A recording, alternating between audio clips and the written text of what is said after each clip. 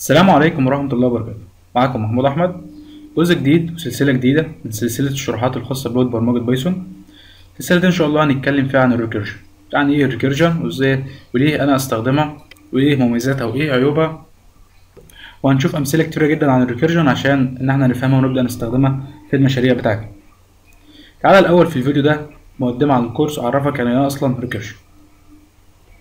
زمان لما كنت بحب أعمل لوب او ان انا اعمل حاجه بتتكرر في بايثون كنت بستخدم اللوب اللي هي الوايل او الفور، ولكن في بعض اللغات زي السمول توك والسكيما واللغات دي ما بتمكنكش انك تعمل لوب، مفيش حاجه فيها اسمها لوب، لكنها بتستخدم عشان تكرر حاجه معينه تكنيك اسمه ريكيرجن.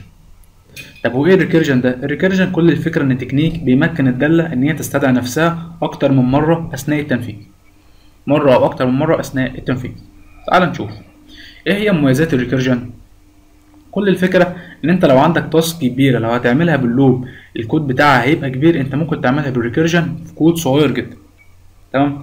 فالفكرة ان الكود معقد بتاعك، لو انت الكود المعقد بتاعك انت ممكن تعمله بالريكيرجن في عدد سطور قليلة ويكون اوضح للشخص اللي بيفهم لو هو فاهم ريكيرجن.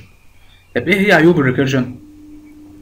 الريكيرجن مش حلوة في ان هي بتاخد مور ستورج سبيس، يعني انت لما بتيجي تنفذ بتاخد مساحة اكبر، ده غير ان هي معقدة شوية في الكود بتاعها وهي صعبة ان انت تعملها ديباجنج، وبتاخد وقت اكبر في الاكسكيوشن بتاعها عن اللوب. الدرس الجاي ان شاء الله هنبدأ نشوف امثلة عن الريكيرجن، هبدأ افهم الامثلة البسيطة جدا، هو مثال فاكتوريالز، وهنشوف ازاي اصلا الريكيرجن بتتنفذ وايه هي المكونات بتاعتي وازاي اقدر اتعامل معاها من الاكواد البسيطة للاكواد المعقدة. انتظرونا ان شاء الله في الدروس الجاية. السلام عليكم ورحمة الله وبركاته.